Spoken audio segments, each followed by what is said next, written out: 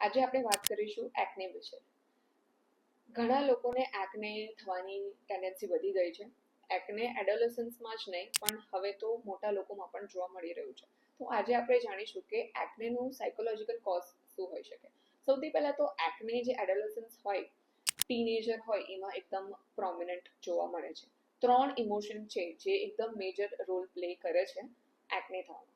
સૌથી પહેલા તો છે કે XYZ પર્સન મારા બારામાં શું વિચારશે. જ્યારે આપણે પોતાના ડિસિઝન્સ કરતાં બીજાના ડિસિઝન્સ અથવા તો બીજાના વેલિડેશન્સ પર જીવતા હોઈએ છીએ તો આ એક મોટું ઇમોશન છે એક્ને કોઝ કરવાનું. સેકન્ડ છે એમ્બેરેસમેન્ટ અથવા તો શેમ, કે પોતાની જાત પર એમ્બેરેસ્ડ થવું અથવા તો પોતાની જાતને શેમફુલ ગણવું.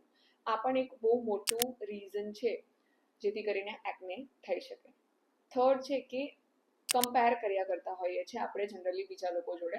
આની લાઈફસ્ટાઈલ મારા કરતાં વધારે સારી છે, આના માર્ક્સ મારા કરતાં વધારે આવી ગયા છે, XYZ વસ્તુમાં કમ્પેર કરતા હોય.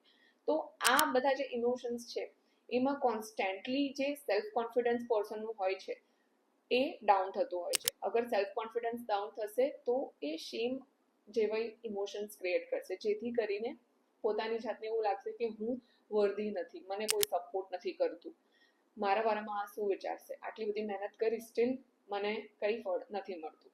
આ જે XYZ ઇમોશન્સ છે એના લીધે હમણાં એક્ને વધી ગયા છે. તો શું સોલ્યુશન કરવાનું? સૌથી પહેલા તો પોતાની જાતને બીજા જોડે કમ્પેર કરવાનું બંધ કરી દો.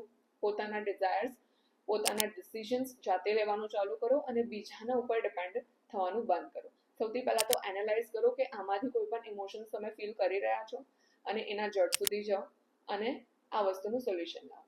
અગર વધારે પડતી તકલીફ હોય તો તમે તમારા ડૉક્ટરને કન્સલ્ટ કરી શકો.